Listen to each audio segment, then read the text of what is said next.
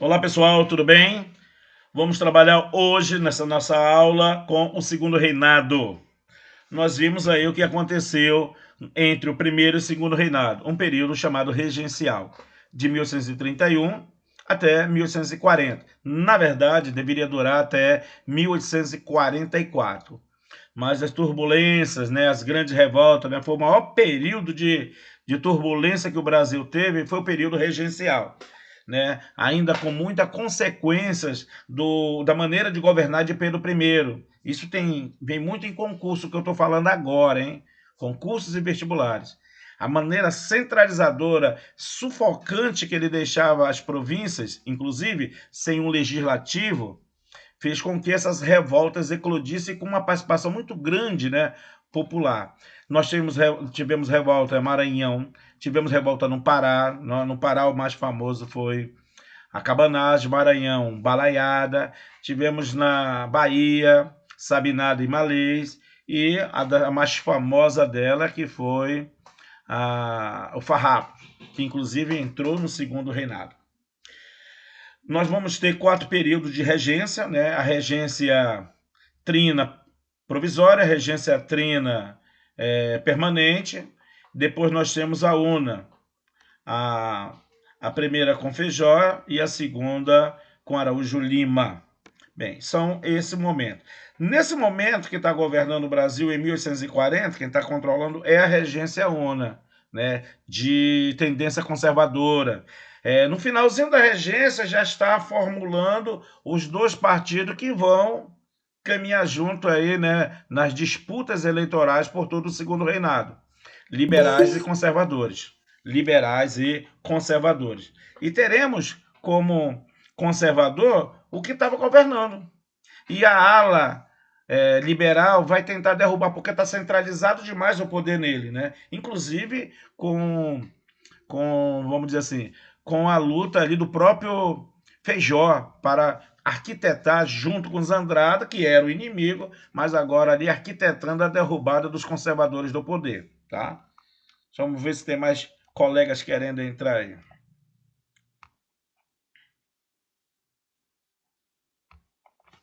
Com mais conservadores no poder. E eles vão ficar naquela disputa, né? Uma hora um está no poder, a outra hora outro está no poder.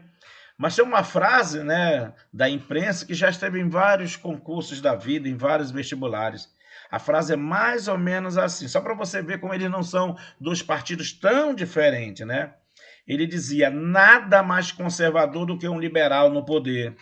Nada mais liberal do que um conservador na oposição.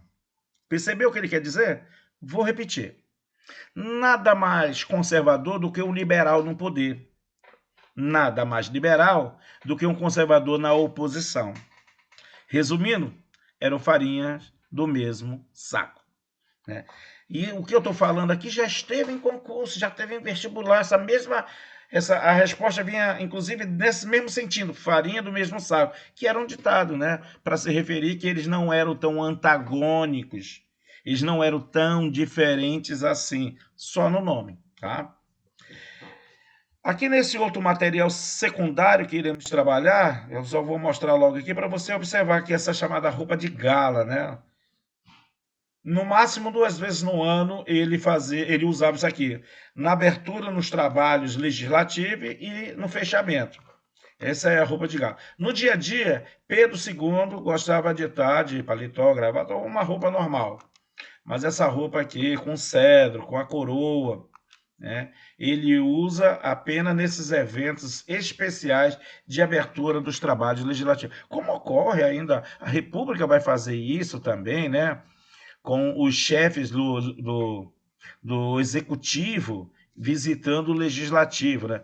Seja prefeito, seja governador ou presidente. Aqui é colar por questões ideológicas, briguinhas, que quebrou ao longo da história. Mas é comum sempre o presidente da República ir no parlamento para abrir os trabalhos, o prefeito na Câmara dos Vereadores, né? E o deputado. Então, isso não é uma herança aqui da monarquia, que ele também bem fazia, tá bom? Vamos ver se tem mais algum colega para entrar. Não. Então, vamos trabalhar aqui como é que estava aqui o trama. Vamos lá. Primeiro, o golpe da maioridade. Por que golpe? Porque ele aí só tinha 14 anos, né? Ele só podia assumir com 18. Faltavam 4 anos. Ele, quando o pai dele foi embora, né? Eu falei, meu filho, daqui a pouco o papai volta. Nunca mais voltou, né? Vou comprar um cigarro ali. Tem até um meme disso aí, vou mandar para vocês. Dom João VI diz que vai bem ali, então comprar um cigarro e já volta, né? E deixou o filho Pedro I. Pedro I depois vai fazer a mesma coisa. Eu vou ali rapidinho e não volta. Era 7 de abril de 1831. Ele tinha 5 anos. Tá? Agora, 9 anos depois, quase uma década, na verdade eram para ser aí redondo mais um tempinho, né? Então nós temos, era até 44, aqui com 14 anos, eles só viram uma saída. Colocar logo o imperador para governar, senão o Brasil poderia ter risco de espatifar. Aquela unidade se desfazer. Drama político idealizado pelas elites dominantes de cunho liberal, uma vez que os conservadores estão no poder, visando antecipar a maioridade de Pedro de Alcântara, futuro Pedro II. Por que, inclusive, essas elites dominantes queriam? Porque era uma maneira de manter a unidade. Porque se Dom Pedro custa entrar, o risco que estava era espatifar. Era o Rio Grande do Sul, Santa Catarina se desmembrar, Bahia se desmembrar, Pernambuco, e daqui a pouco aquele país com as dimensões que tem hoje não existiria. Por alguns momentos na história do Brasil, quase que nós perdíamos alguns pedaços aí, tá? As elites agrárias e escravistas acreditavam que o poder centralizado na mão do imperador seria fundamental para trazer a tranquilidade ao império. Observou? Então ele viu a saída, olha, vamos fazer com que esses caras somam logo. Pô, mas falta 4 anos, mas o que é um 4 anos? É nada. Vamos lá e deram o golpe. Então repara que essa palavra golpe no Brasil, ó, ela volta e meia aparece, né? Volta e meia aparece. Às vezes contestado, por exemplo, hoje mesmo, né, se contesta a questão do dia 31 de março, foi golpe, foi revolução, revolução de 30, foi golpe, foi revolução de 30, meu irmão. Eu falo revolução de 30, porque já vi, mas não tem nada de revolução, foi golpe. Tirou um presidente eleito, Washington Luiz. A República destituiu Pedro II, foi golpe, quem era legal era ele. Então essa história de golpe, revolução, o Brasil tá permeado. Golpe, né? Revolução a gente vai ver que praticamente não existiu. Tranquilo? Então, na verdade, ele nem tinha 15 anos formado, tá? Ainda não tinha 14. Grupos políticos, liberais e conservadores, eram diferentes? Nada. Vamos repetir a frase? Nada mais conservador do que um liberal quando está no poder. Nada mais liberal do que um conservador quando está na oposição, né? Quando o cara está fora, tudo é fácil, né? Quando ele assume, e isso vem ocorrendo ao longo da história política do Brasil, né? Você vê prefeito, vereadores, deputados, promete um monte de coisa. Quando ele vai lá, ele esquece. Vou aumentar salário mínimo, para chegar lá não é bem assim, né? Vontade tem. Poder não é bem assim. Defendeu os interesses dos grupos agrários e escravistas. Esse grupo, essa elite agrária escravista era mais preocupada, porque o que estava ocorrendo ao redor do Brasil, repúblicas, que o Brasil na independência virou monarquia, os demais era república e contra o escravismo. Quer dizer, contra também os grandes latifúndios. Então, o que eles estavam com medo? De perder as terras e o direito de usar a mão de obra escrava. Por isso eles promoveram a independência, por isso eles resolveram apoiar o golpe da maioridade, tá? Fui ver se tinha algum colega querendo entrar. Pouca diferença entre eles era da conciliação, né? Então, na verdade, não havia tanta diferença. Lembra que eu falei? Farinha do mesmo saco é uma expressão para dizer que eles não eram. Mas vai ter um momento aí que eles vão para porrada, né? Vai ter um momento aí de uma chamada, mais na frente a gente vai falar, uma chamada eleição do cacete, né? Guarda isso aí. Cacete, no caso, porrada mesmo, tá? É uma eleição aí, porque quando um entrava no poder não queria sair mais. Vamos lá.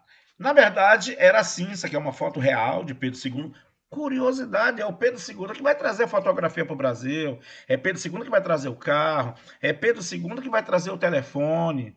Na verdade, Pedro II, ele é a primeira autoridade internacional a acreditar no telefone. O próprio presidente dos Estados Unidos, né, quando viu a exibição do hoje já contestado, né, mas foi creditado a Graham Bell, a invenção do telefone, mas achou que aquilo ali não seria de tão importante, né? Graham Bell ele chama o ajudante dele porque tinha sujado a mesa pelo telefone. Foi a primeira transmissão. Já esse cara não disse, isso aqui é bom. Ele acreditou nisso. Ele também vai passear no Egito, vai trazer para o Brasil múmias. Algumas, infelizmente, queimaram no museu. Era um poliglota, né? Então o cara foi criado, né, para governar mesmo, para ser um governante, um monarca. Porém, uma falha terrível que vai custar a sua cadeira. Ele era muito afastado do povo. O seu pai era um cara que tinha um problema sério por ser centralizador demais, né? Também distante do povo. Esse daqui ele vai tentar disfarçar para mostrar que não era tão um autoritário, não era um déspota, né? É uma palavra que significa mais ou menos absolutista. Déspota quer dizer o governante que centraliza o poder. E ele precisava, principalmente para os ingleses, mostrar que aqui ele já estava cuidando para acabar com o tráfico negreiro, que assim era chamado o comércio, né, de escravos que vinha para o Brasil, nome estranho, tráfico, mas era normal. O errado era contrabando. Para mostrar que ele não era um absolutista, né, centralizador como o filho foi. E uma das medidas que ele vai tomar é o chamado parlamentarismo às avessas. Vamos explicar por que tem esse termo, esse nome, parlamentarismo. Ora, qual eram os sistemas monárquicos que estavam ainda vigentes na Europa? Era um sistema monárquico que o parlamento tinha poder. A Inglaterra, desde o século XVII. Portugal, desde 1820. Espanha, desde 1820. Os parlamentos tinham autonomia, havia uma pessoa escolhida por ele para administrar, o primeiro-ministro. Então, olha só como é que ele faz, para mostrar que não era ele o cara que centralizava. Ele vai criar uma espécie de primeiro-ministro que será o poder executivo. Em todo lugar, o primeiro-ministro é o executivo, tá? Inglaterra e tudo. Se for um parlamentarismo presidencialismo, como é o caso de Portugal, ele tem um presidente. Mas o presidente lá funciona que nem a rainha na Inglaterra, só para eventos. Quem manda mesmo é o parlamento e o primeiro-ministro. Pois bem, mas olha só como ele é sacana, tá? O imperador continua com o poder moderador, aquilo que o filho dele criou em 1824 na primeira Constituição. Primeira e mais longa Constituição da história do Brasil, tá? Ela vai durar de 1824 a 1891. Então ele continua sendo chefe do poder moderador. O executivo, que era ele também, agora é um primeiro-ministro. Mas por que usa esse termo às avessas? Porque o primeiro-ministro é ele que escolhe. Em qualquer lugar do mundo, inclusive naquela época e antes, e 200 anos antes na Inglaterra, o primeiro-ministro é escolhido pelo parlamento, né? O partido que ganha a maior quantidade de cadeira, ele faz o primeiro-ministro. Mas olha só como o Brasil é engraçado, o primeiro-ministro é ele que escolhe. Quer dizer, no fundo, é ele que continua mandando. Por isso, eles chamaram de parlamentarismo às avessas. Quer dizer, era uma jogada, em vez de o parlamento escolher, quem escolhia era o imperador. Então, no fundo, ele continuava mandando. E continuava mandando por quê, Rocha? Continuava mandando porque se o primeiro-ministro não fizesse o que ele mandasse, ou seguindo as normas dele, ele dançava do cargo dele. Tá? Ficou alguma dúvida com relação a parlamentarismo às avessas? Tem que guardar essa palavra, hein? Então, os deputados continuavam sem ter muito o que mandar. O imperador continuava tendo dois poderes, o do moderador e do executivo. Vê aí, se quiserem perguntar alguma coisa, tem que perguntar. Não vai? Esse daqui, quando eu dou aula disso aqui, eu chamo isso daqui de cara de pinto. Parece assim um pintinho, um periquitinho, um papagainho, né? Engraçado, isso é uma pintura dele. Tarifa Alves Branco. É obrigado, Rocha? É obrigado a saber, não tem jeito, tá?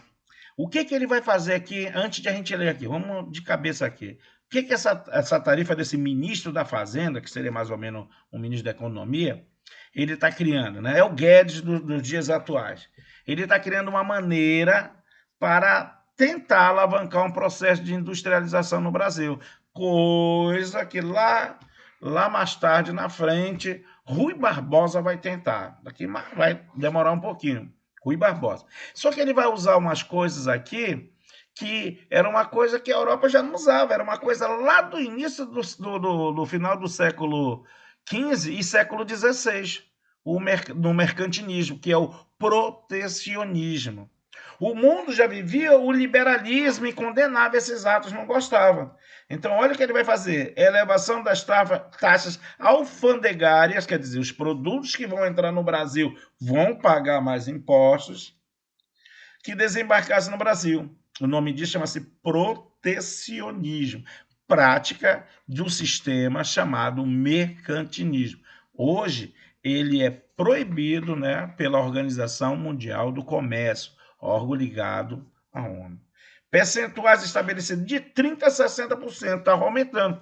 Tu lembra lá que pelo Tratado de Comércio, de Aliança e Comércio, de 1810, os produtos pagavam 25%, Portugal 16% e a Inglaterra pagava 15%. Agora ele deu-lhe uma alavancada. Deixa eu inventar aqui, pegar alguma coisa aqui para eu tentar explicar. Então, digamos aqui, eu tenho essa minha garrafa térmicazinha e eu tenho aqui essa porta refrigerante. Então, digamos bem, o que ele está começando a fazer? Esses produtos que sempre estavam entrando no Brasil, agora, se o cara quiser vender de novo aqui, ele vai ter que pagar uma taxa mais cara. Para que alguém no Brasil que queira começar a fazer tenha condições para concorrer. Observe que haverá uma outra leizinha que vai facilitar isso, né? Então, essa primeira já começa a organizar o parque industrial no Brasil, né? Ou a manufatura. Porque era complicado concorrer. Os produtos aqui chegavam mais produtos ingleses do que mesmo de Portugal ou do Brasil. Os produtos de lá eram até mais baratos do que feito aqui. Porque o material, a matéria-prima, era muito caro. O Brasil não tinha, inclusive, metalurgia.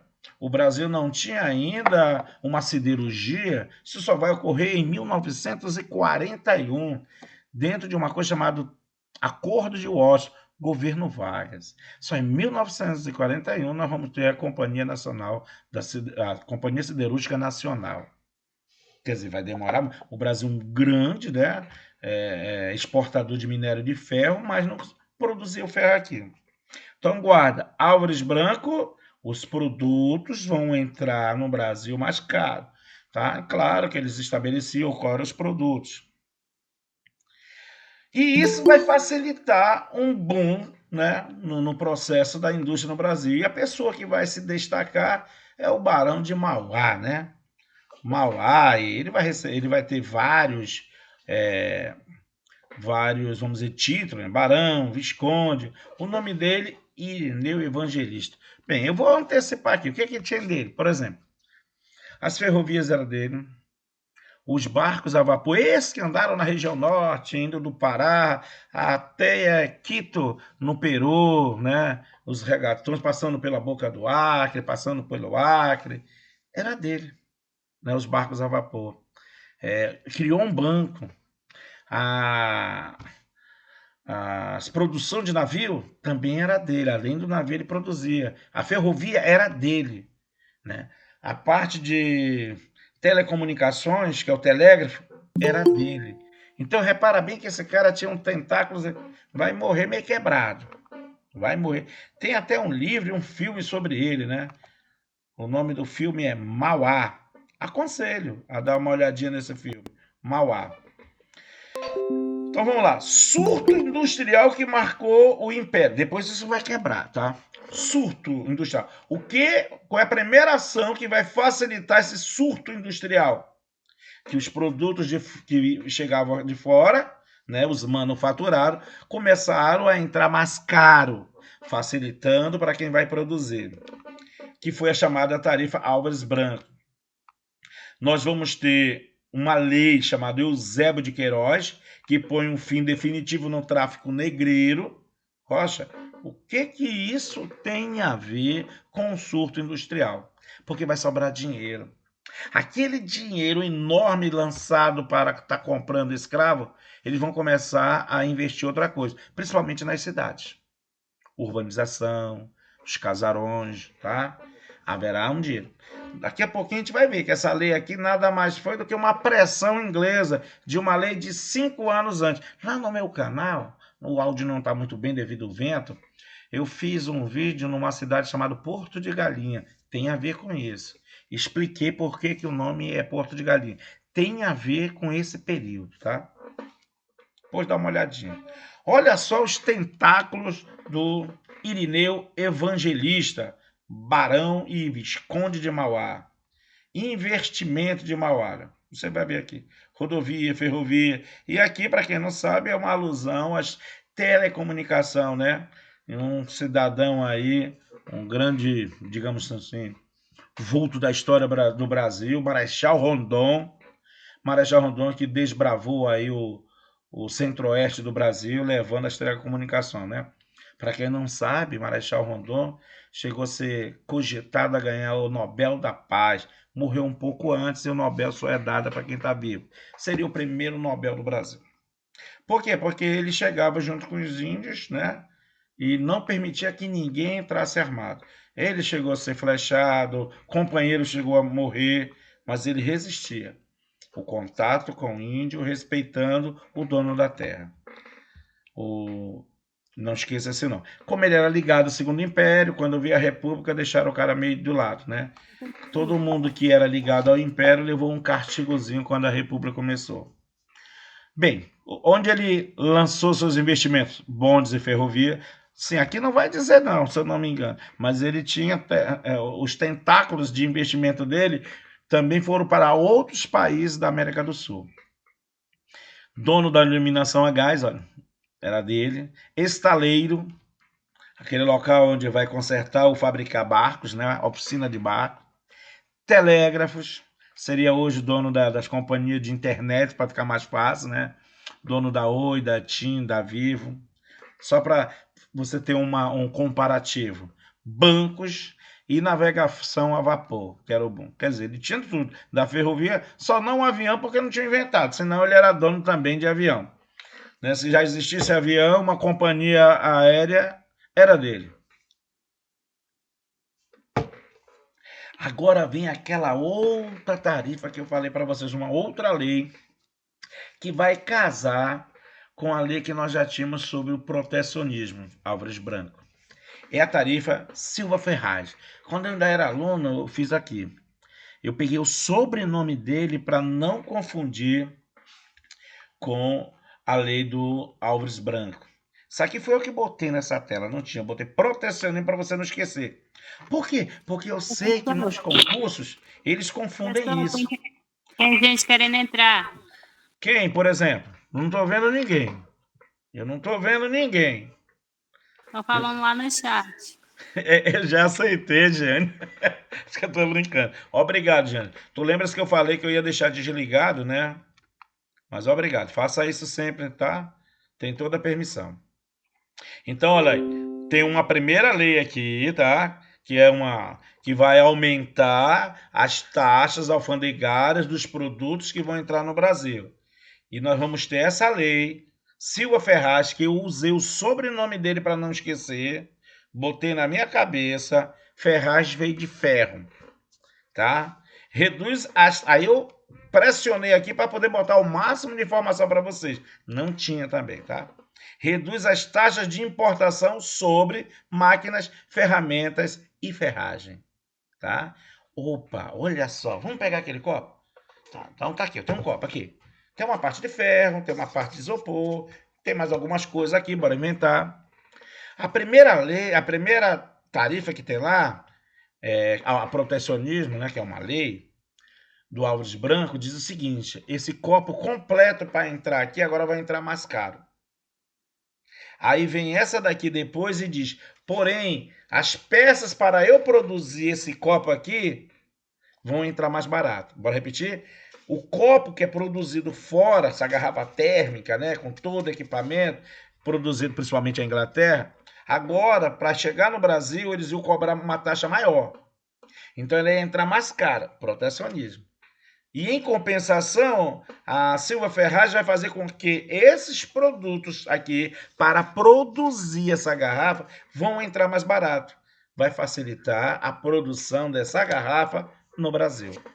Deu para entender a jogada aí, como foi boa? Ou tem alguém que não entendeu? Estão conseguindo entender? Alguém diz pelo menos um oi. Tá dando para entender? Estamos entendendo sim. Beleza.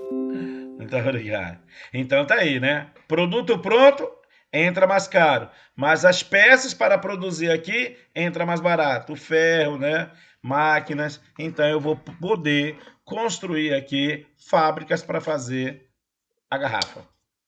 Era ótimo, né? Se permanecesse. Claro, né? Que tem um cidadãozinho que não vai gostar. Chama-se Inglaterra. Bem, nesse momento o Brasil tem um boom, né, na exportação, que é o café, né? Só lembrando, café que é uma invenção árabe, né? Uma invenção não, uma descoberta árabe, né? Tá ali levando os carneirinhos dele lá, os bodes lá para comer um abucho, mata, ele comia e ficava mais agitado. Era cafeína. Essa que é a história. E aí ele descobriu que esse grão torrado dava uma bebida que era um estimulante. Ele entra no Brasil pelo norte, né? No Pará. E depois é levado para o Sudeste, principalmente no Rio de Janeiro, São Paulo e Minas Gerais. Né? Em São Paulo haverá uma terra muito propícia, chamada Terra Roxa, e onde o café vai assim desandar. Tá? O café ele entra não como um produto para gerar economia, ele entra apenas como mais uma bebida. Tá? Então, uma opção interna. Ele começa a ter um boom quando a elite europeia, principalmente os franceses, passam a consumir uma quantidade maior. Passa a fazer o que aqui a gente chama de um lanche, né? Um restaurante, ele faz os cafés até hoje, né? Os famosos cafés parisienses em Paris. Então, começa a ver aquela corrida para tomar o café. Essa bebida, né, feita por esse fruto que não é nacional, é árabe. Depois o Brasil vai a cara do Brasil o café, né? E olha como ele é, né? Quase um guaraná antes de abrir, né? Aquele pretinho que a gente vê, depois de ele estar torrado e tudo. E aí dá um boom. Eu, né, como historiador, acho que tem ali uma questão da rivalidade. Os ingleses gostavam de tomar o chá, né? E os franceses não queriam porque queriam tudo o contrário dos ingleses. Passa a tomar o café. Depois, o Brasil vai ter mais um outro boom de exportação. Quando nos Estados Unidos eles resolvem substituir uma bebida estimulante para os trabalhadores das minas de carvão, principalmente, que era um trabalho muito insalubre, né? Uma vida curta, o cara respirando aqueles pó de carvão, carvão mineral, tá? Subsolo, né? Chuva, melado, e eles tomavam tequila, eles tomavam aguardente. Aqui é a nossa famosa cachaça, mas cachaça da boa, daquela mesmo de... Tu imagina? O cara tomou uma dose, vai lá, duas, daqui a pouco tinha uma hora que o cara pegava a picareta e jogava fora, que nem sabia, tá? Queria continuar bebendo. Então, em algumas minas dava muito problema a questão desse aguardente, mas que eles permitiam porque esquentava e estimulava, né?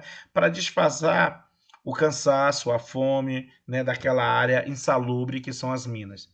E aí passaram a substituir pelo café. Aí, bom, aquela coisa que entrou no Brasil, né? Como que nem o cara trouxe ali um capim-santo, uma cidreira, uma erva cidreira, o café entrou assim, para fazer uma bebida interna.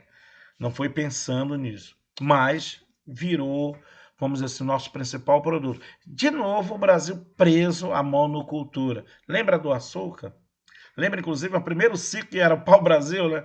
Quase sempre só uma coisa, depois o ouro, só um ciclo. Isso é pernicioso para o Brasil.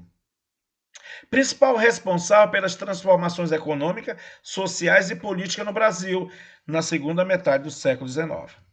Qual foi uma das falhas que houve no Brasil? O cara não pegou esse dinheiro para investir desde cedo, né, em processo de industrialização, fábricas. Não. O cara achava que o café não ia quebrar nunca. Quebrou. Reintegrou a economia brasileira aos mercados internacionais. Reintegrou. Porque antes o Brasil era muito integrado com o açúcar. Era um dos maiores exportadores de açúcar. Depois o ouro, né, com as pedras. E agora, de novo, o Brasil aparece e desponta como grande comerciante, né, de produtos para o mercado internacional. O café. Sacas e sacas de café. Regiões cafeeira, né? O Vale da Paraíba e Zona Fluminense, essa área aqui, ó. Se você observar, né, ele vai pegar aí uma parte do que é São Paulo, Rio de Janeiro, Espírito Santo e Minas Gerais. Essa área aqui, olha, grande produtor. Mais tarde a gente vai descobrir que aquela história de café com leite, né, não é bem justo.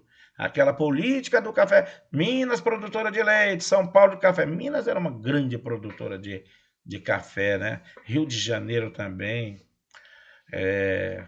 O Corcovado, né, aquela que hoje é uma floresta dentro da cidade do Rio, foi D. Pedro que, para quem não sabe, que já abriu os olhos, que é na falta de água. Ele tinha desmatado tudo para plantar café. Aí as nascentes do rio já era. E aí ele resolveu de novo revitalizar aquele morro lá do Corcovado, né? Utilização exclusiva de mão de obra escrava. Já fazia isso no açúcar, na mineração e de novo aqui. Mentalidade conservadora e escravocrata, né? Isso atrasou o Brasil. Transporte em carro de boi e barcaça. Essa é nessa área do Vale da Paraíba. Nós vamos ver um outro que o pessoal já tinha uma ideia diferente. O Oeste Paulista. Inclusive, lá vai formar um primeiro partido pensando contrário à monarquia, o Partido Republicano Paulista. Então, o Vale da Paraíba, olha só, vou voltar essa tela depois para comparar. Olha. Utilização exclusivamente de mão de obra escrava. O outro já vai ter imigrante. Mentalidade escravocrata. Quer dizer, ele não pensava diferente, ele era fechado ali, né? Não admitia pagar ninguém para trabalhar. Transporte arcaico. Enquanto ele leva em boi, ele leva tipo assim, digamos, a barcaça que ele quer dizer aí, só para você entender, como se fossem umas jangadas, como se fossem umas balsas, né? Às vezes puxado com os pau.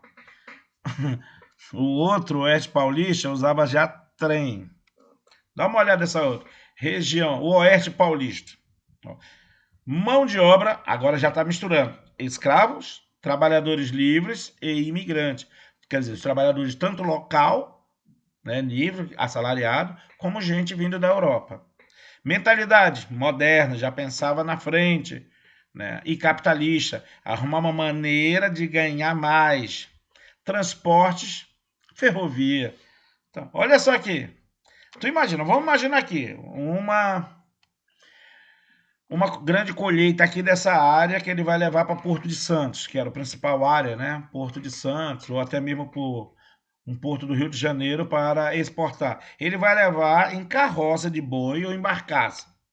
Enquanto o boi está levando o café aqui, pegando sol, chuva, levando não sei quantos dias, o boi sai aqui, sai o trem. O trem foi, voltou e o boi já está ali.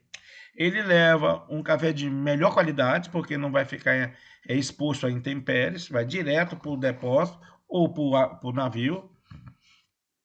Lembra que esses cafés são guardados em depósito, tá?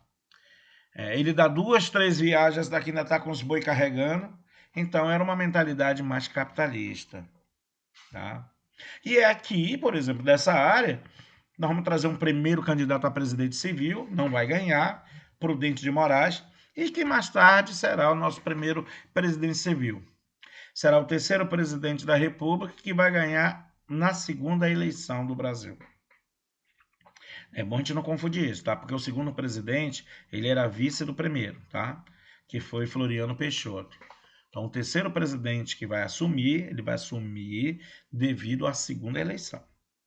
Então, já deu para sentir aqui? Oeste Paulista, tão poderoso que irá criar um partido muito forte, ainda na monarquia, que vai durar até a Revolução de 30, o golpe de 30, que é quando Getúlio Vargas assume o poder.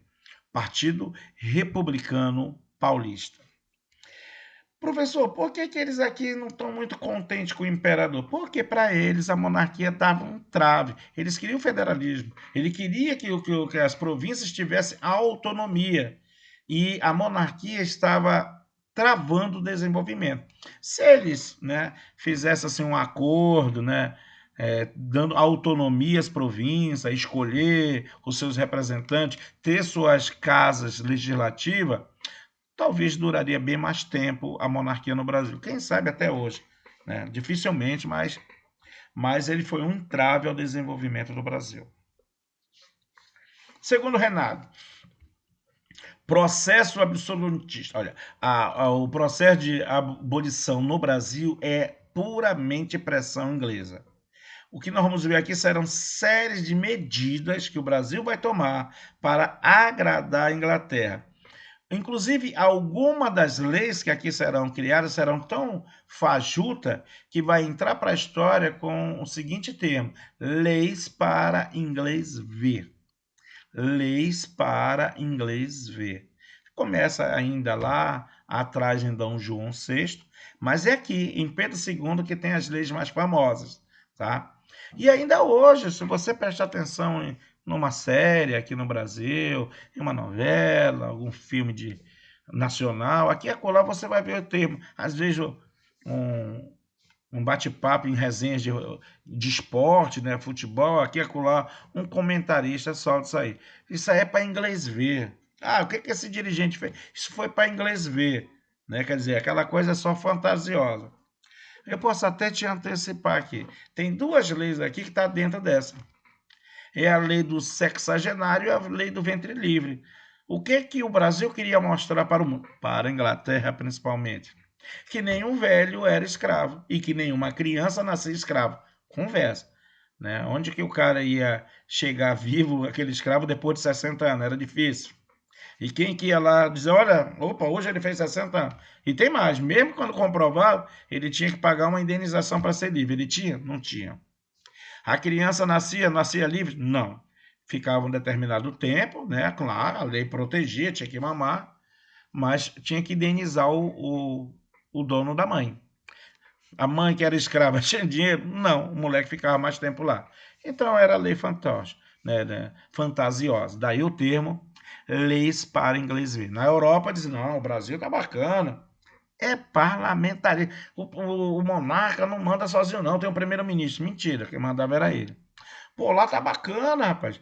Agora o idoso não é mais escravo, é livre. A criança não nasce, no Brasil nenhuma criança nasce escrava. Mentira. A Inglaterra foi a grande responsável pela abolição da mão de obra escrava no Brasil.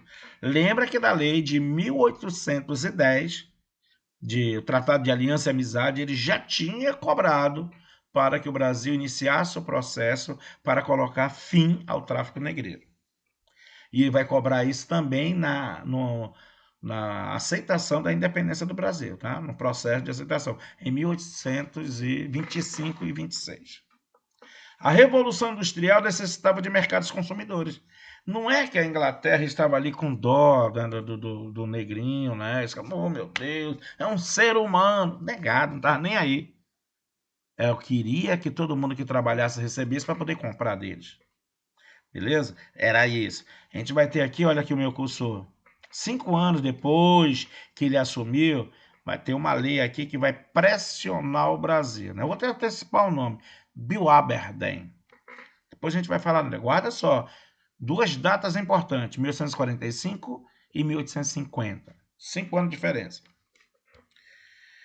Os negros, sendo livres, não iriam tornar-se assalariados. Aliás, iriam. iriam tornar-se assalariados. Quer dizer, ele livre, ele vai receber, recebendo ele tem que comprar, né? Haverá uma necessidade de consumo. O que ele usava lá? Um trapo velho. Agora ele vai estar na cidade e vai precisar de roupa, calçado. E quem é que fornecia isso? A Inglaterra. Só uma curiosidade, tá? O negro mesmo da cidade, chamado negro de ganho, o nego de ganho é aquele que saía, podia realizar um trabalho, voltava com o dono e pagava, né? Trazia o dinheiro. Digamos, ele passava o dia num lavador de carro, trazia o dinheiro e chamava-se nego de ganho. Ou então o dono desse escravo alugava ele para trabalhar numa repartição, vai abrir porta, servir cafezinho, digamos assim. Ele vai trabalhar lá 30 dias, aí ele recebe. Repara que é diferente da cidade. Ele podia andar todo arrumadinho, mas obrigatoriamente descalço. Então, um dia assistir um filme aí, tu vai ver. Se o cara for um negro escravo no Brasil, você vai ver que ele pode estar bem arrumado, mas obrigatoriamente descalço. Ele só poderia ter o direito de ter um calçado, de usar um calçado, se ele fosse um negro forro, que quer dizer livre. Muitas vezes, quando o negro conseguia a sua carta de alforria, a primeira coisa que ele fazia era comprar um sapato, com o primeiro dinheiro. E só que muitas vezes o pé dele não dava naquele pé dele assim, não entrava no sapato. Ele colocava, amarrava o cadastro e botava no pescoço, como se fosse uma medalha, né?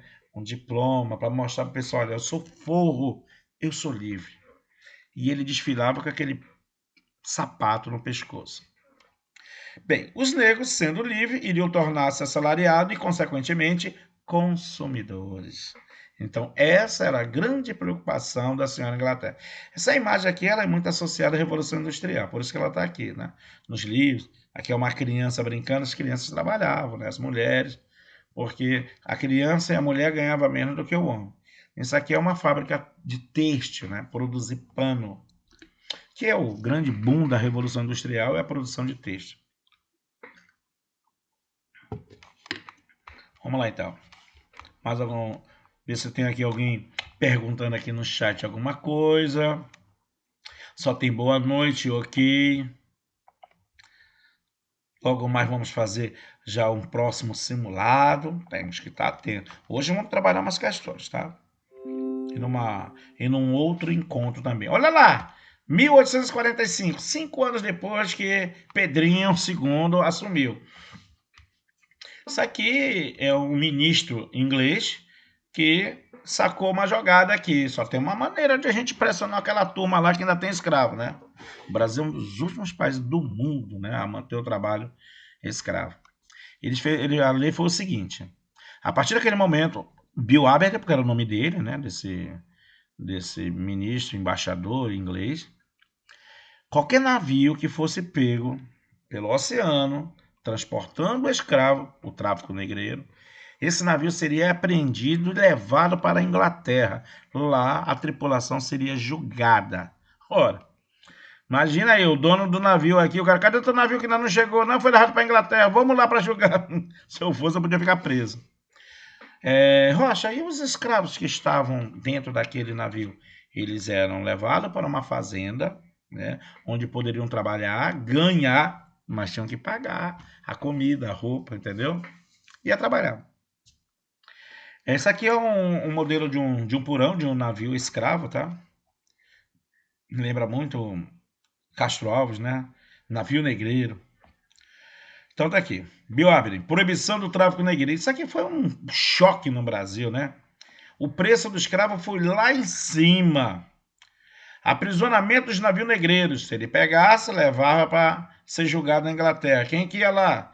O julgamento dos traficantes nos tribunais, o julgamento dos traficantes nos tribunais ingleses, né? Vamos falar, a tripulação, né? Que a maioria não só era funcionário, né? O dono mesmo nem estava lá. Mas repara bem, então, que começa a ficar mais caro o negro. Por quê? Porque muitos dos navios que está trazendo o negro para cá era aprisionado e quebrava o dono. Então, por exemplo, vou inventar. Se eu gastasse, digamos, 50 mil para buscar escravo, agora eu estou gastando 100, 150. Porque aqui e acolá eu perco o navio com todo o meu investimento. Lembra que esse escravo é comprado lá na África, com tribos amigas, né? E não era pouca coisa não, né?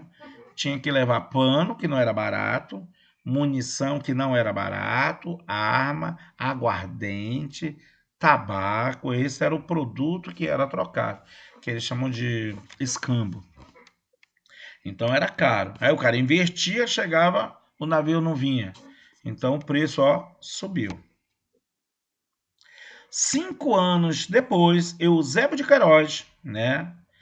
Ele, um grande conhecedor, um jurista, né? Eusébio de Queiroz, ministro aí, ministro do segundo reinado no Brasil, ele vai dar um discurso assim fenomenal. Eu nem vou ler aqui, eu vou usar minhas palavras. Quem foi aí que deu um tchan? Foi tu, Jeane? Foi teu bebê? Ou foi da Vânia? Eu acho que foi esse bebê da Vânia. Quem foi que deu um gritinho aí? Foi ninguém. O meu não. Qual que é o meu? Desculpa, professor. Que é Desculpa. isso? Não precisa. Sem Até querer quebrou. aqui. Mas eu acho que foi da Vânia também, mas deixa pra lá. Tá legal. Quebrou um pouquinho o gelo, né? Eusébio de Queiroz, esse ministro, né? Um cara, como eu falei aí, era um advogado muito conhecedor. Ele dá um discurso assim que é muito bonito, né? Mas vamos ver como não era bem verdade. Ele, quando leva essa ideia, qual é a ideia do Eusébio de Queiroz? Acabar com o tráfico negreiro intercontinental, quer dizer, não podia mais vir de fora. Interprovincial continuava. São Paulo podia vender para Minas, né? Comprar do Maranhão, vender para Bahia, o escravo podia. De fora, não. Pô, bonito, né? E ele ainda, no discurso dele, ele vai dizer mais ou menos assim, né? É uma questão de soberania. Façamos nós uma lei antes que sejamos obrigados a engolir, a aceitar uma lei, né, estrangeira. Na prática já estava, porque aquela lei Bill-Aberdeen, de certa maneira, pressionou o Brasil a acabar. Então, esse discurso inflamado que ele dá para a lei dele ser aprovada, parece que ele está fazendo antes que não tivesse nenhuma lei que estava pressionando o Brasil. Tinha. A Bill-Aberdeen pressionou o Brasil a criar a lei Eusébio de Queiroz. E aí, a partir daí, que qualquer negro que chegasse no Brasil agora estava proibido. Era contrabando. Daí que vem a história do Porto de Galinhas, tá? Aquela região era chamado Porto Rico, ele exportava muito para o Brasil, exportou cana também. E quando o escravo começou a ser proibido, mesmo assim o cara ainda trazia, mesmo escondido, eles traziam ele debaixo de galinhas da Angola, né? Que a família imperial gostava bastante. Então era uma cidade bem afastada de Recife, né? Uns 80 quilômetros mais ou menos. Então o pessoal quando dizia na cidade, olha, vai ter porto? Tem porto, ou aliás, tem galinha no porto, tem, era o codinome. Né? Debaixo das gaiolas da galinha de Angola, que era que eles traziam, tinha negro escondido. E até hoje, né, o pessoal fala, só que a galinha era um codinome para dizer que tinha escravo. Tá? Então, Porto de Galinha. Né? Aí você vai ver lá, quem for lá, olha lá meu vídeo, é cheio de galinhazinha, mas na verdade galinha era um codinome para dizer que tinha escravo. Aprovada em 4 de setembro de 1850, 5 anos depois da Bill-Aberdeen, aquela lei inglesa, durante o segundo reinado, acabando definitivamente com o tráfico negreiro intercontinental. Então, repare que aquele ato de 13 de maio de 1888, a libertação dos escravos, na verdade, foi todo um processo que veio durante o segundo reinado, tá? E que foi empurrado goela abaixo dizendo que foi o motivo da República. Mentira. Ele foi em maio de 1888, a República só em novembro de 1889, mais de um ano depois. À frente dessa defesa esteve o ministro Eusébio de Queiroz, que insistiu na necessidade de o Brasil tomar para si, isso ele fala no discurso, a decisão de pôr fim ao tráfico, preservando a imagem da nação soberana. Quando ele diz, é uma questão de soberania, façamos nós a lei para encerrar, antes que sejamos obrigados a cumprir uma lei estrangeira. Na minha visão, já cumpria. Na minha visão, já tinha uma lei estrangeira. Né? Bill-Aberdeen, 1845. Bem, não pode mais entrar escravo. O escravo, há 5 anos, já não entrava a mesma quantidade. Só que o Brasil está aumentando a necessidade dessa mão de obra no campo, escravo ou não, porque está aumentando, né, a área de plantio, a necessidade do plantio, do cuidado e da colheita e do transporte. Então, antes mesmo disso aqui, nós já tínhamos uma quantidade assalariada, principalmente no Oeste Paulista. Então, a figura do imigrante já estava presente na realidade brasileira, tá? Agora, a partir de 1950, vai se intensificar a necessidade de agentes brasileiros na Europa para convencer o pessoal a vir trabalhar aqui. E era fácil convencer, né? Vamos para o Brasil. Lá você vai trabalhar na fazenda, vai receber e você ainda vai ganhar direito a um pedaço de terra para plantar. E o cara diz: meu Deus, eu vou ficar rico. Porque eu vou trabalhar para ele, né? Vou trabalhar pela produção, então o cara vai trabalhar mais do que o negro. Enquanto o negro tinha aquela hora que já parava, e ele já trabalhando direto por causa da produção, e ia trabalhar na terra dele e ia produzir o próprio café dele. Então, esse era o convencimento. A gente vai só observar logo mais que na prática não funcionou bem assim, né? Há umas coisas nessa história muito parecidas, que talvez a realidade de alguns familiares de vocês, no meu caso, houve, né, do nordestino que foi convencido a trabalhar nos seringais, né, da, da, do Juruá, do Purus, né, do Acre. Aquele cara que foi convencido a vir para cá porque ele ia trabalhar e ia ficar rico. Tudo mentira. Ele veio para cá e virou quase um escravo. Vamos lá então? Eu vi a zoada, fui olhar ver se tinha alguém querendo entrar. E aí, pessoal, guarda muito isso aqui, tá? Isso aqui também sempre vem com lei de terras, tá? É aqui que começa a ficar, oficializar os grandes latifúndios. Por exemplo, lembra aquela coisa que nós já olhamos lá atrás, no Brasil, no início do Brasil colônia, com as capitanias e depois com o governo geral, as Seis Marias? Aqui oficialmente as Seis Marias vai acabar, tá? Aqui, oficialmente, as Seis Marias irão acabar. Eu vou dar uma parada, nossa aula vou chamar de 2 momentos, tá? Segundo Reinado 1 e Segundo Reinado 2, porque agora, senão vai ficar muito longe, nós vamos analisar e trabalhar questões da família real, do primeiro reinado e da regência, tá? Nós vamos começar com a questão 6, da lista que eu preparei. É uma lista de 20 questões, nós só olhamos 5. Então, preparem-se para as respostas. Todo mundo preparado? Vamos ir, vamos ganhar velocidade, tá? Vamos ganhar velocidade. Aquela turma lá que vai olhar para o enunciado, já saber o que ele quer, olhar para a opção, já correr, essa daqui não tem nada a ver. Eu vou deixar aqui o chat aberto, que é para eu ficar olhando, tá? Então, vamos trabalhar com a questão de número 6. Aqui eu vou botar sempre para diferenciar, para eu saber aqui quem está respondendo. Vamos ver a 6. Da Universidade Estadual do Rio de Janeiro. Eu só vou ler o enunciado. Tá bom o tamanho da letra? Tá dando para enxergar? Estão conseguindo enxergar? Sim, professor. Sim. Não sem um retorno eu fico morto.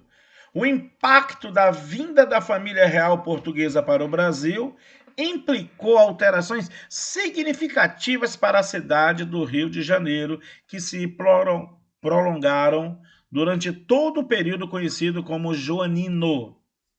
Aí você tem que saber o que significa, né? Depois da questão, quem tiver com dúvida, me pergunta.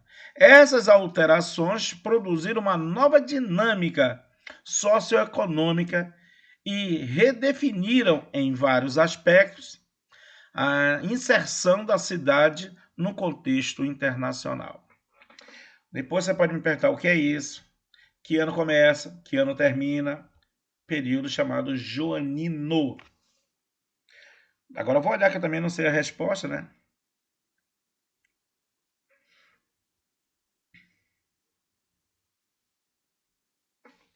Beleza, já tenho a minha resposta.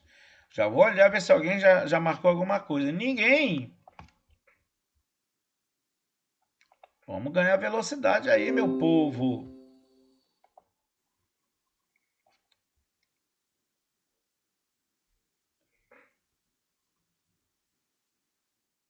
O impacto da vinda da família real. E não esqueçam, né? Tenta sempre me perguntar por que que não é aquela. Estão com dificuldade para responder, pessoal?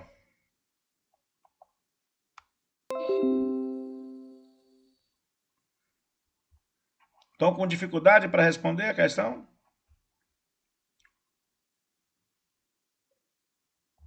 Sim. Só tu, o resto não tá. Não, acho que não tá nem vivo, né? Que não estão falando nada. Cadê, povo? Mas aí, qual que tu marcaria? Qual que tu acha que estava mais perto de ser? Pode escolher duas. Ou tá difícil até para escolher uma? Estão respondendo aí no chat, ó, professor. Dá uma Já? olhada. Tá aqui fim, né? Ah, agora. É o delayzinho que tem. Opa, então nós temos letra D. Tá todo mundo boiando, né, Vânia? Nós temos a D, C, C. O Mário que também tá boiando. Eu, antes de falar a resposta, Mário, e Vânia, bora analisar a pergunta? Bora analisar. Olha só. O impacto da vinda da família real. A família real chega no Brasil em 1808. Primeira coisa que ele faz, acaba com o pacto colonial. Na prática, o que acontece? Acaba o exclusivismo comercial do Brasil com Portugal. Então, abre-se os portos às nações amigas. Né? Quem era interessado nisso? Inglaterra, porque não podia vender os produtos na Europa, nem comprar matéria-prima. Bloqueio continental de Napoleão Bonaparte. Aqui ficou aberto. Então, olha só. Crescente polo turístico. Ainda não sei turismo de quê, rapaz? Não tinha nada aqui. Era uma cidade selvagem. Expressivo no comercial articulado. Não tinha nem fábrica aqui. Nem fábrica aqui. Agora é a letra C. Principal porto brasileiro. O principal porto brasileiro relacionado à importação legal de manufatura britânica. Opa! Porque antes o produto da Inglaterra tinha que ir para Portugal. Agora pode vir direto e legal. E Rocha, por que ele fala legal? Porque vinha contrabando, né? Isso aqui é antigo. O Paraguai da vida não foi agora, né? De trazer produtos, né? Ou então, daqui numa outra parte do Brasil, Léter, né? Santa Helena, Léter na Guiana Inglesa, Santa Helena também a turma traz para a beça. Contrabando para não pagar. Então isso é antigo. Agora tá legal. Resposta, teve, se eu não me engano, uma letra D aí, né? Teve uma letra D. Vamos ver o que tem essa letra D que meu amigo Leomar marcou. Letra D. Importante centro religioso decorrente da instalação do Tribunal de Santa Inquisição. Nem existia mais, né? A Santa Inquisição ela foi durante a Contra-Reforma, no período do Brasil colonial, né? Não tinha mais essa. Você lembra que desde de Dom Pedro II a igreja já não tinha tanto poder aqui, não, né? Desde o segundo reinado. Lembra lá do Beneplácito? Toda a lei do Vaticano tinha que passar primeiro no Brasil.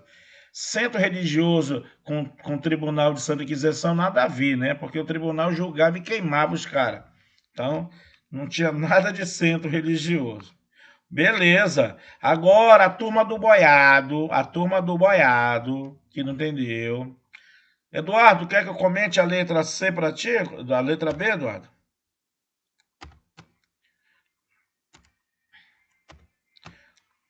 Ô, professor, acabei apertando sem querer, ó. Desculpa aí. Tudo tranquilo. Mas se quiser. Mas aí, vamos lá. Vânia clareou mais? Tu que tava meio boiada. Deu uma clareada, Vânia? Mário. Vânia. Mário. Vou chamar lá do além, hein? Vânia, Mário. Conseguiu entender? Sim, né? Fala no microfone, mulher. Que eu tô pensando. Beleza, Mário, beleza. Mário, qual que você gostaria que eu explicasse de novo? Qual dos itens lá? Eu vou para lá e tu fala no microfone aí, tá, Mário?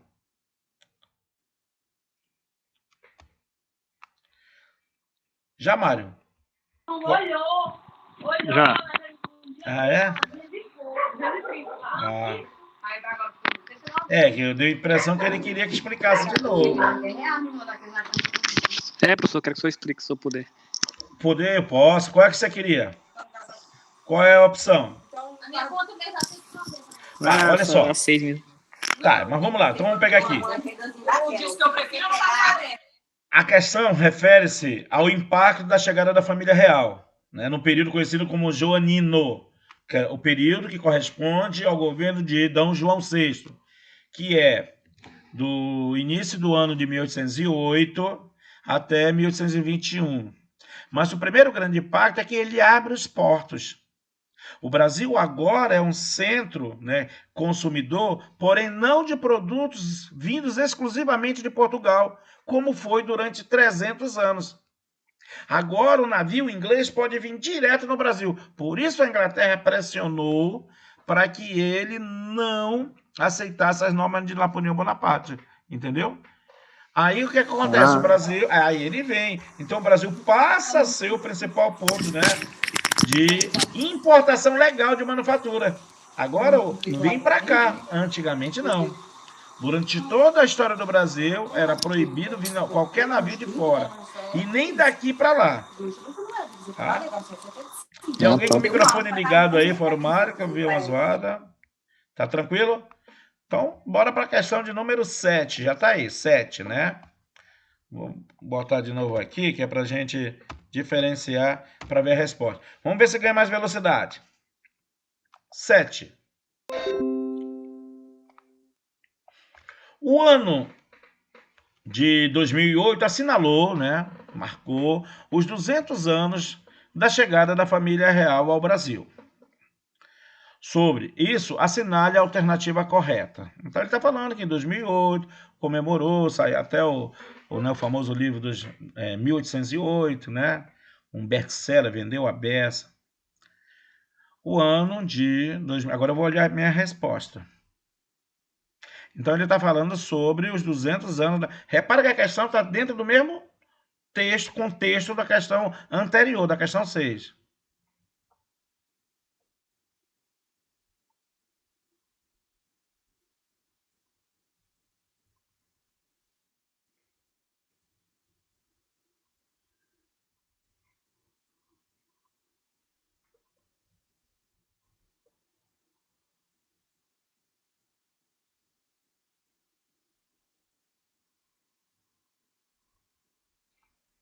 Já escolhi a minha.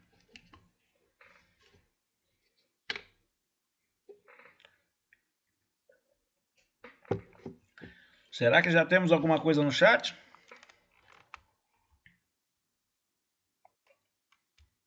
Rapaz, dessa vez me surpreenderam, olha. Nós temos letra A e B com uma ligeira vantagem para a letra A. Por enquanto, só 2 letras estão na briga, A e B. Antes de passar a resposta e fazer os devidos comentários, tem alguém que teve dificuldade para escolher aí, que boiou, joga aberto, pode falar no microfone, que é até melhor. Rocha, essa daí eu não estou conseguindo, tá? Tá difícil. Vamos ver a letra A. Quem marcou a letra A que foi a maioria, né? A monarquia que chegava ao Brasil representava, em realidade, boa parte das ideias revolucionárias francesas. Mentira. Porque os ideais franceses eram contra o colonialismo, era contra o trabalho escravo, né?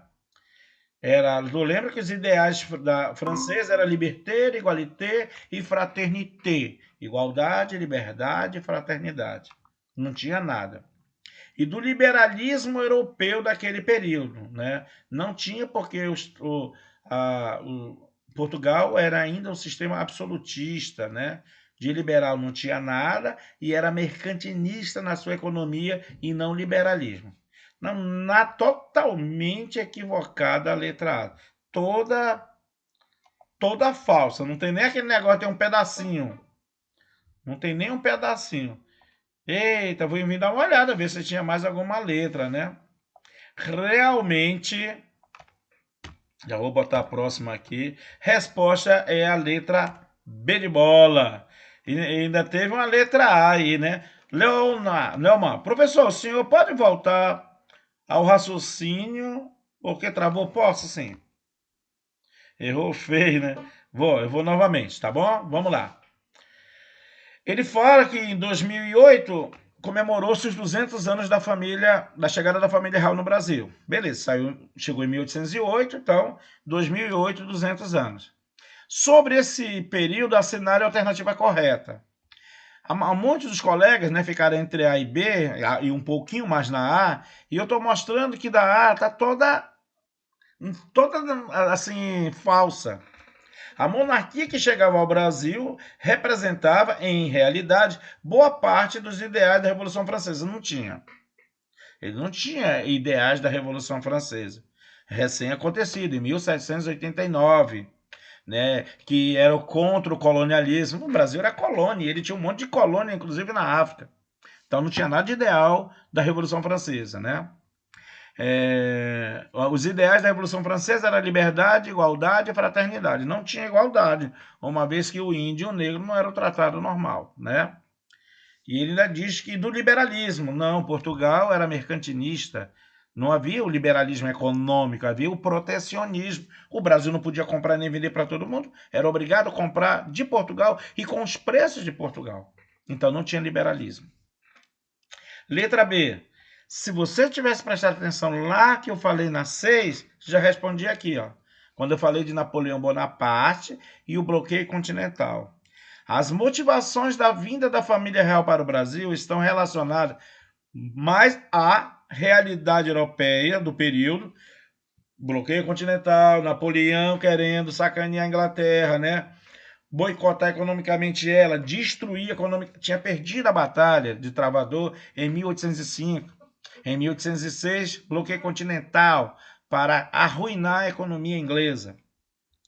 Do que a ideia de desenvolvimento de um Brasil monárquico. Quer dizer, Portugal não tinha uma ideia de fazer do Brasil uma monarquia forte aqui. Nada, não tinha nada disso. Veio para cá fugido. Né? E posteriormente independente de Portugal. Não tinha nada disso. Ele vem para cá devido à situação na Europa. Tranquilidade? Alguma coisa eu feio, né, Mário? Mário, agora é a hora, hein? Questão de número 8. Mário, acertar ou errar, isso é um detalhe. Nós estamos em preparação. Não pode deixar de participar. Arriscar, eu acho que essa daqui. Ou então ficar, poxa, boiei, explica de novo, travou aqui, travou a mente, travou a internet. Vamos pedir. Por que não é a C? Qual é o erro da letra E? Faça essas perguntas. Ela é mais importante. E a 8? A 8 é uma questão até razoavelmente nova, né? 2015. No Brasil, logo após a independência política em relação a Portugal, repara que aquelas duas foi chegada da família real. Agora nós estamos em questões sobre a independência, processo de independência. Foi necessário obter o reconhecimento internacional para consolidar-se política e economicamente no quadro das nações de fato independentes. Sobre os primeiros países ou país a reconhecer ou reconhecerem, ele está usando plural e singular, o Brasil, como um país soberano, assinale a alternativa correta. Enquanto vocês olham, eu vou ler novamente a pergunta. No Brasil, logo após a independência política em relação a Portugal, foi necessário obter o reconhecimento internacional para consolidar-se política e economicamente no quadro das nações de fato independentes. Sobre os primeiros ou primeiro país a reconhecer o Brasil como um país soberano, assinale a alternativa correta. Porque tem opção que fala de um país, tem opção que fala de dois. Por isso ele está usando o termo país ou países. Falei isso também hoje, durante a aula lá no slide.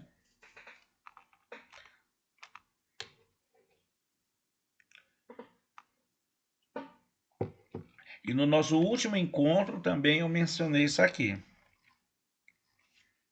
No nosso último encontro. Vê se já tem alguém que marcou. Rapaz, agora o povo tá mais rápido. Duas letras, B e C. B disparadamente, né? Não tá difícil, né? Por isso até gostei, né? Viu que a maioria descartou a letra D aí, deu logo um chute nela, né?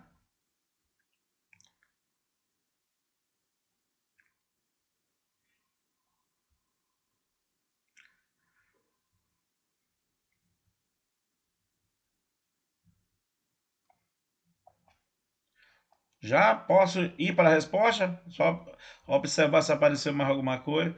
E nós estamos B e C, né? E a B disparadamente campeã. Vamos dar uma olhadinha então nessa B, né? Trata-se da Inglaterra. Que nada, a Inglaterra não foi a primeira. A Inglaterra só vai fazer, alguns autores até usam como terceiro, tá?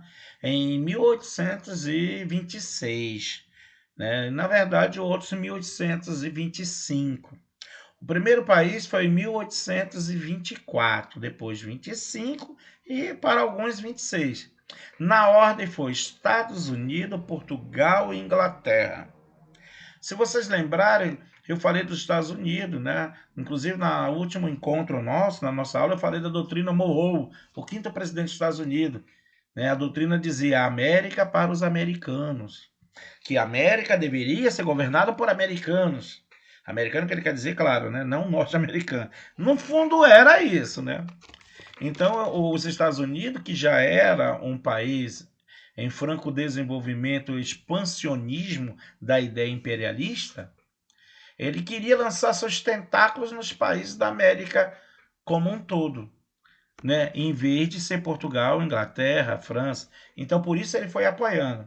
E não foi de imediato. Olha, o Brasil foi independente em 22, só em 24. Em 25, intermediado pela Inglaterra, o Brasil faz um acordo com Portugal, né? Tendo que pagar 10 milhões de libras esterlinas, e Portugal reconhece a independência. O Brasil se compromete a não aceitar nenhum processo de independência de outra colônia portuguesa. Foi assim feito, aceitou. Tem gente entrando agora na hora do amém, né? É o Adelson, ele já estava aí. Beleza? Ainda tem um que botou a letra D agora no final, né, rapaz?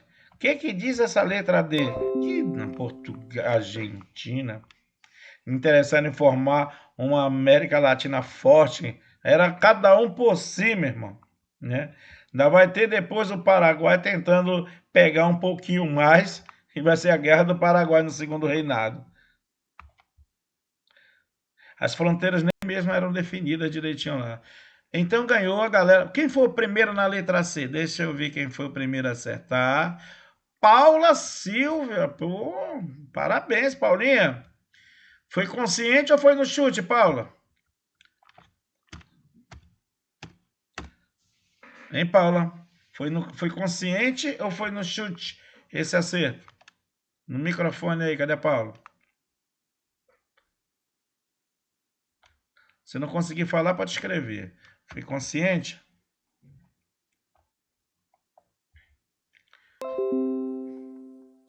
Questão 9. Da Universidade Estadual do Pará. A crise política do Primeiro Império, olha aí, essa questão, o Brasil já é independente. É para que eu fiz uma sequência aí cronológica, né? Depois a gente vai dar uma misturada, mas eu fiz aí uma questão, né, uma sequência cronológica. A crise política do Primeiro Império brasileiro resultou, esse termo inclusive é errado, Primeiro Império. Império só teve um, tá? Teve dois imperadores, mas império só um. Mas é comum chamar Primeiro Império, Segundo Império. Na verdade, rigorosamente, império só é um. Imperador que é dois. Reinados são dois. Que resultou na abdicação de Pedro I, 7 de abril de 1831. Teve como cerne a disputa entre a inclinação centralista absolutista do monarca, falei isso hoje, e a defesa do federalismo pelas elites econômicas regionais, né? Federalismo, que as províncias tivessem autonomias. A renúncia do imperador, o termo correto seria abdicação, em abril de 1831, resultou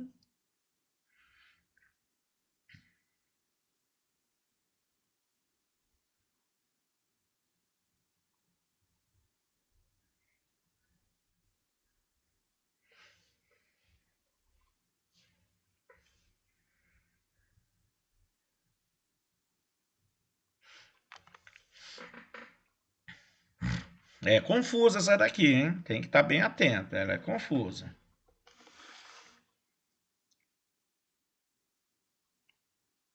Está na hora de ligar aqui que o professor Jefferson pode querer falar com a gente logo mais.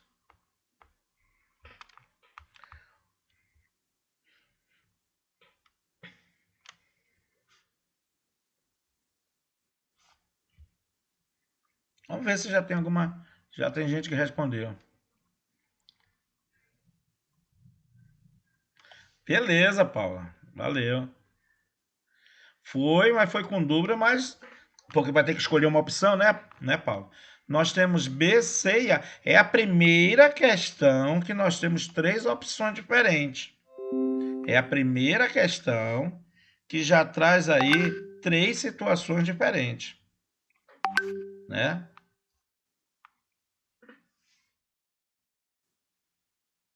Isso mostra o grau de complexidade que essa questão tem, né? Então, vamos ver de novo aqui se já mudou. Também é a questão que tem menos gente marcando, né?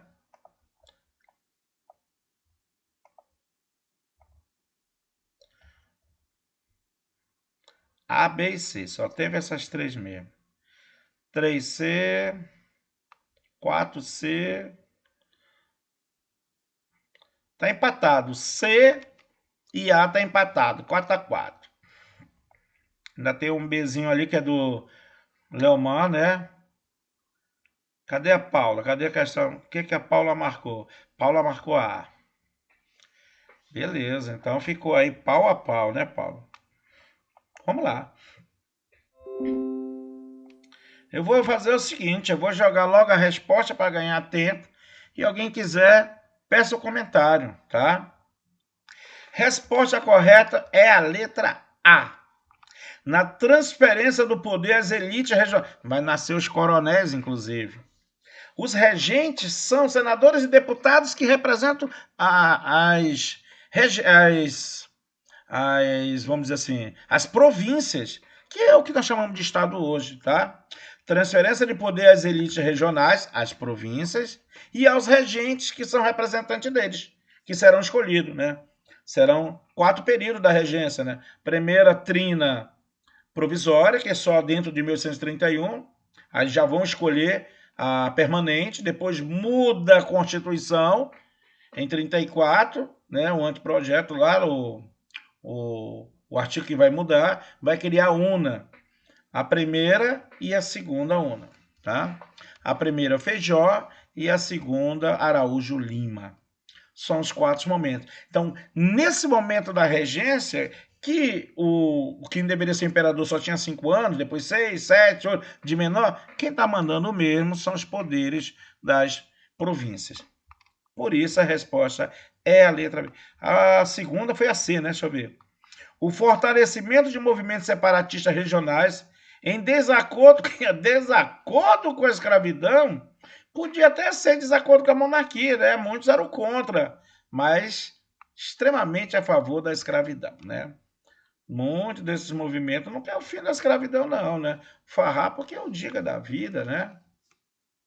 Então, na verdade, em desacordo com a manutenção do regime monárquico e da escravidão, não.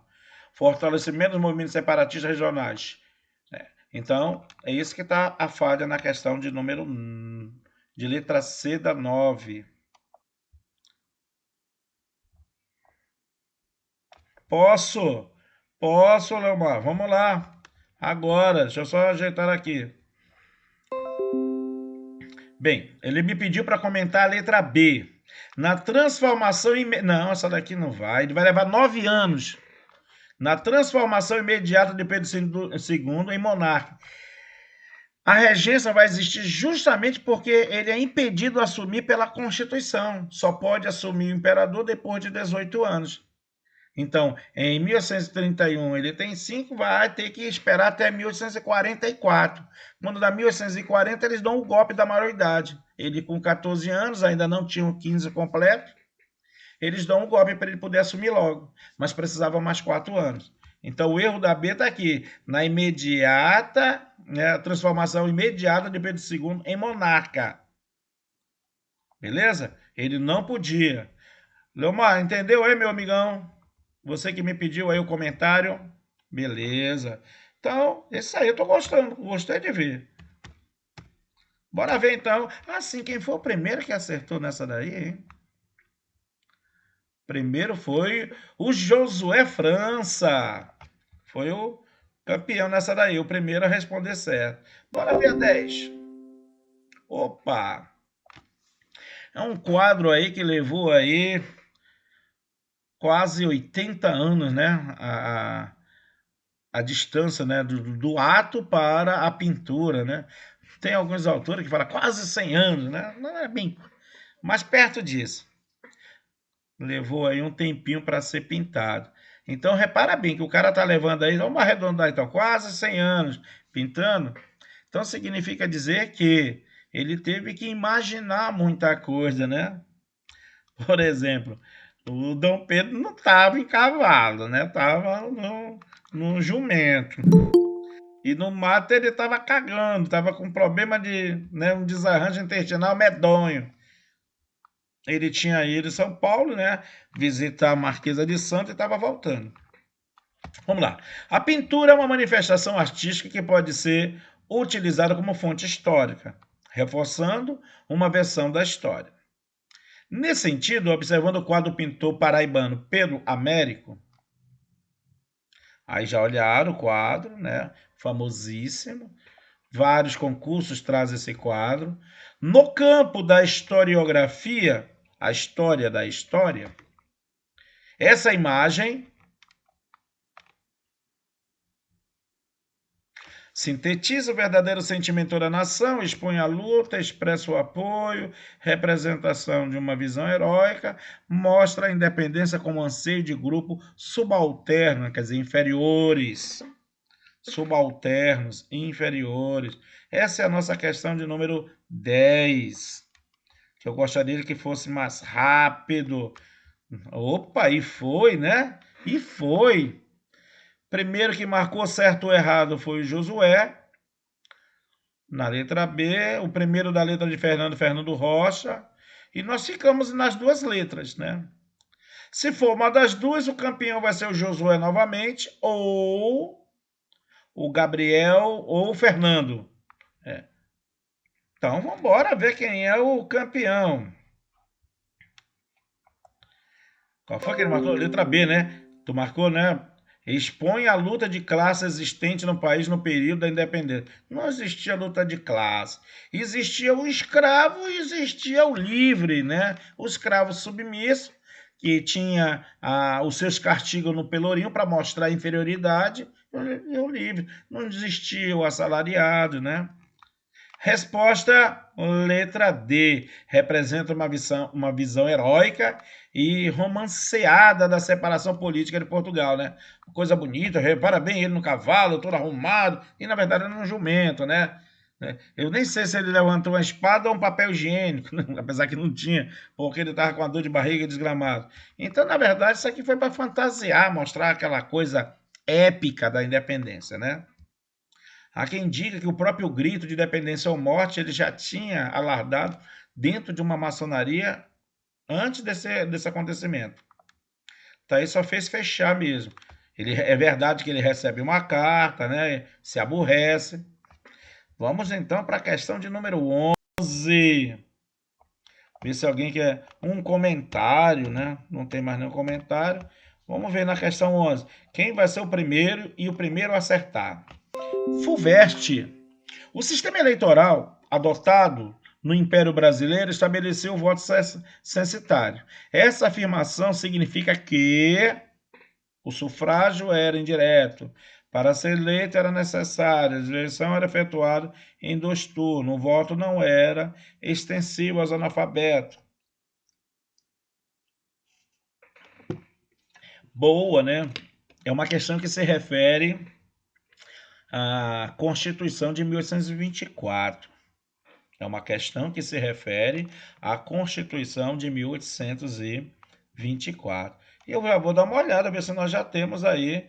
Eita, que essa daqui foi muito mais rápido, né? Bem, da letra B o primeiro foi o Fernando e da letra D o primeiro foi o Leomar. Só temos as 2 letras. Só temos as 2 letras. Nós vamos encerrar nessa daí, tá? Nós vamos encerrar nessa daí. Até vou deixar arquivado aqui, que é só para eu saber qual foi a última que nós paramos, tá bom? Dá mais uma olhadinha aqui.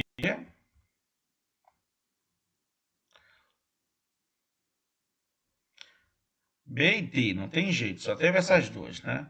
Agora vamos ver a resposta, para ver quem foi o campeão. Letra B, para ser eleito... Vamos primeiro olhar aqui a questão? Ele se refere ao voto censitário. Ele se refere ao voto censitário. Rochinha, meu querido, o que é o voto censitário, hein? O voto baseado na renda. O voto baseado na renda. Então, a questão está se referindo a isso, simplesmente. Se nós observarmos alguns itens aqui, é verdade. O voto não era extensivo aos analfabetos. Isso é verdade. Isso é verdade. Analfabeto, só uma emenda da Constituição de 1988. E as mulheres, só em 1932. E na Constituição de 34. Só em 1932 que o sufrágio feminino é conquistado. Nós estamos longe, né? Isso aqui é de 1824. Está longe. Mas repara que a questão se refere ao voto censitário. Para ser eleito era necessário possuir uma determinada renda anual, que era comparado, né, aos alqueires de farinha. Daí a Constituição da Mandioca. Resposta, letra B de bola. Quem foi o primeiro na letra B? Eu acho que dessa vez foi o Fernando. Olha aí, Fernandão. Mas a maioria marcou a letra D, né, rapaz? A maioria marcou a letra... O voto não é... Repara bem, né, que isso aqui não é mentira. Só não tem a ver com a pergunta. Pessoal, vou primeiro desligar para começar a dar um adeus para vocês.